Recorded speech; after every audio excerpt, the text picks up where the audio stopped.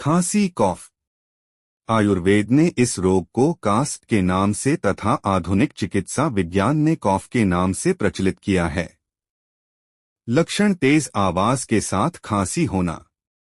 आयुर्वेद में कासनात कास ऐसी निरुक्ति के रूप में दर्शाया गया है, अर्थात टूटे हुए कांसे के पात्र से जो ध्वनि निकलती है उसे कास कहते हैं।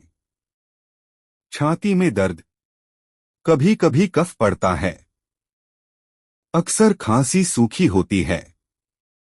इसके परिणामस्वरूप काली खांसी होती है, जिसे हूपिंग कॉफ कहा जाता है।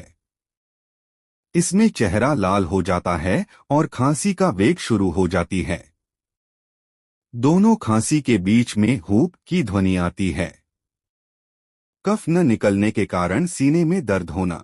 यदि इस रोग की उपेक्षा की जाए तो आगे चलकर कासनात संजायते श्वासा श्वासाक्षयो संजायते अर्थात कफयुक्त श्वास और श्वास से क्षय हो सकता है।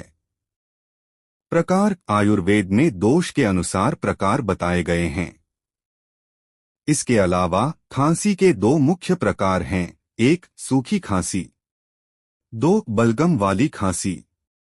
कारण जिन्हें बार बार सर्दी जुकाम होता हो, किसी दीर्घकालीन व्याधि से ग्रस्त हो, तले ठंडे मीठे और मैदे वाले पदार्थों का अधिक सेवन, बहुत देर तक ऊंची आवाज में बोलने से। उपचार सितोप्लादी 2 ग्राम, यष्टि मधु 2 ग्राम, चातुर्भद्रक 2 ग्राम मधु के साथ 2 बार चटाएं। यष्टि मधु शरबत 40 मिली 3 बार दें। वासावलेह 20 ग्राम 2 बार।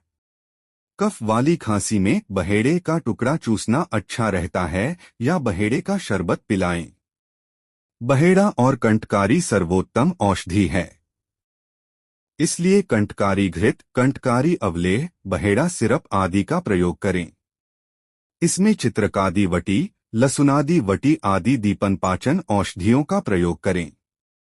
यष्टि मधु घनवटी, खदिरादि वटी, लवंगादि वटी, एलादि वटी, द्राक्षादि वटी कोई भी एक गोली 5 से 6 बार या आवश्यकतानुसार चूसना चाहिए। काली खांसी या बड़ी खांसी, जिसे हूपिंग कॉफ के नाम से जाना जाता है, जिनमें सांडू का हूपिंग कफ सिरप उत्तम है। खांसी के लिए क्रक्स सिरप बैन अच्छा काम करती हैं। पंचकर्म उपचार अभ्यंग, छाती में पंचगुण तेल या सरसों के तेल का अभ्यंग करें। स्वेदन दशमूलक से नाड़ी का स्वेदन करें। पथ्यापथ्य दही, छाछ, मैदे की चीजें, चिंता, भय, शोक आदि का त्याग करें। दीपन पाचन और अनुलोमन औषधियों का प्रयोग करें। बीड़ी, तंबाकू, कोल्ड ड्रिंक आदि का त्याग करें।